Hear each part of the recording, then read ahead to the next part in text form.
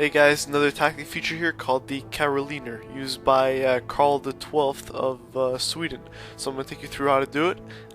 So yeah, I have my 24 pounder, I'm going to send him up on that ridge. My puckle gun, I'm going to put him on the short ridge right here. The reason I do that, I want to get them in a crossfire and a nice kind of choke point, funnel their troops right down the middle in the central area. Now my other artillery, I'm going to leave them right here. You see my puckle gun, I'm going to keep them hidden.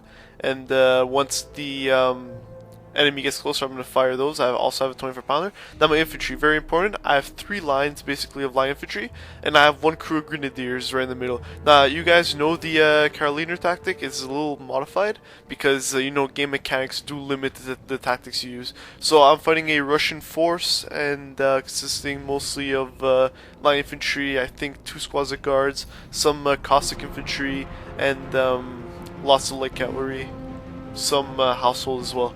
So right here, I'm going to set them up right on the ridge right there, in a nice favorable position. So what I'm going to do on the Karoliner is basically just take the first volley of light infantry like you would any time else, and then once you're done with your first volleys, you advance your lines to the halfway point of their range. You take a second volley. Now I'm going to launch grenades and then charge. You're going to see how this all works out.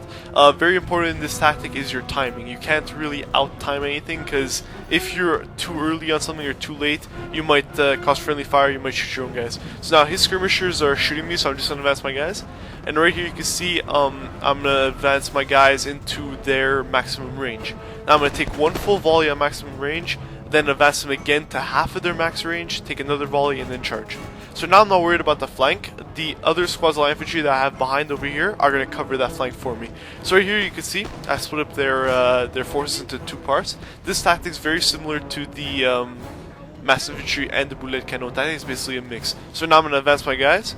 Nice in there, nice all the way to half range. Probably in real time length, this would probably be around 20-25 meters away from the enemy.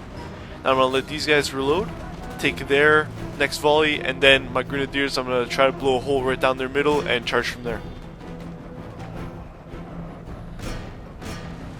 So I can see my infantry, I'm going to send them on my right flank, try to hold them off. And the reason I put the puckle guns and the 24 pounders on the flanks is because I want to funnel them down. I don't want them to get on my flank. I want to keep them in a nice choke point right down the middle. That's where I'm going to finish them off. So now my guys are taking their volleys, my grenadiers come right down the middle, take a volley of grenades, and my infantry will follow charge right after those.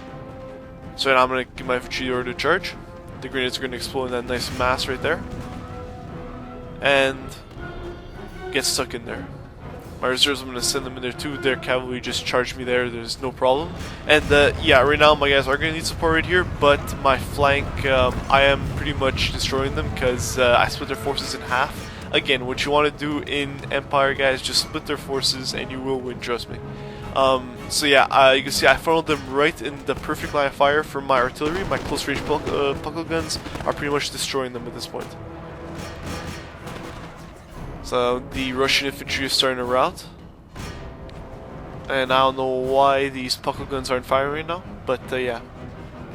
So that's a little on Karl the 12th. Now he was basically more of an all-around leader. He wasn't so much into the glory, and that's what made him such sort of like a Greek king. Like he wasn't that old when he became king. I think like 15 years old, and yeah, he was more of like a socialist kind of king. Basically, he sort of found the balance between military like prowess and like government and your people.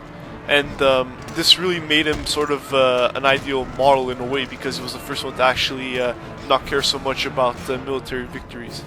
And yeah, like his biggest battle, I think, where he used the tactic that you see here, is probably the Battle of Narva in 1701, just around there. And what it was basically he fought a Russian force. Now he was slightly outnumbered in that battle, but he used this tactic very well because the Russians really didn't have a unable general at that battle, and he used this and he pretty much just decimated the Russians with it.